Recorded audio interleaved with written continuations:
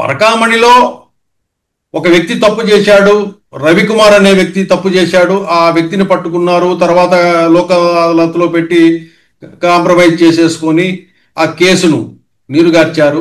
మళ్ళీ తిరిగి ఆ కేసును హైకోర్టు వారు టేకప్ చేయమనింది, సిట్ను కూడా ఏర్పాటు చేసింది, సిట్ కూడా రికార్డ్స్ని సీజ్ కూడా చేసింది.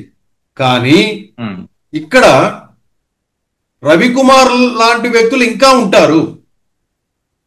అలాగే రవికుమార్ అనే వ్యక్తి దగ్గర 14 కోట్లకు చిల్లర పైగా రికవరీ చేసినప్పుడు రవికుమార్ అనే వ్యక్తి దగ్గర నుంచి కూడా కొంతమంది వ్యక్తులు నగదు రూపంలోనో ఆస్తుల రూపంలోనో కాజేశారు అనే విషయం కూడా బయట చర్చ జరుగుతోంది.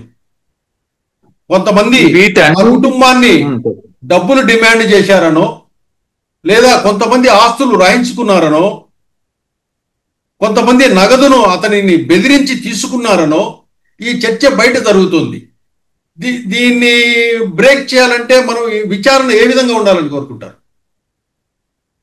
దీన్ని ప్రభుత్వము సిబిఐ ఎంక్వైరీ చేయిస్తే గానీ ఇందులో లోపల ఎవరెవరు ఉన్నారు, ఎవరెవరు భాగస్వామ్యం అవ్వారు, ఎవరెవరికి ఎంతవరకు ఇచ్చేశారు అనేటువంటి విషయం రావాలంటే తక్షణమే సిబిఐ ఎంక్వైరీ అనేది ఖచ్చితంగా చేయించాలి. దాదాపు చాలా రోజుల నుంచి కూడా ఈ యొక్క పరకామనేటువంటి వివాదం చెలరేగినప్పటికి కూడా అప్పటి నుంచి ఇప్పటికి ఇంకా కొనసాగుతూనే ఉంది. ఇది ఇలా ఉండగా ఎన్నో వివాదాలు కూడా వస్తూ ఉన్నాయి, పోతూ ఉన్నాయి. కనుక పరకామణి విషయం అనేది మాత్రము సద్దు మనగటం లేదు. కాబట్టి దీని మీద సిబిఐ ఎంక్వైరీ వేస్తే కానీ ఈ యొక్క వివాదం ఒక కొలిక్కి రాదు అని చెప్పేసి, అలాగే ఈ యొక్క సిబిఐ ఎంక్వైరీ ఏదైతే ఉందో నిజానిజాలను బయట పెట్టేటట్టు ఉండాలి.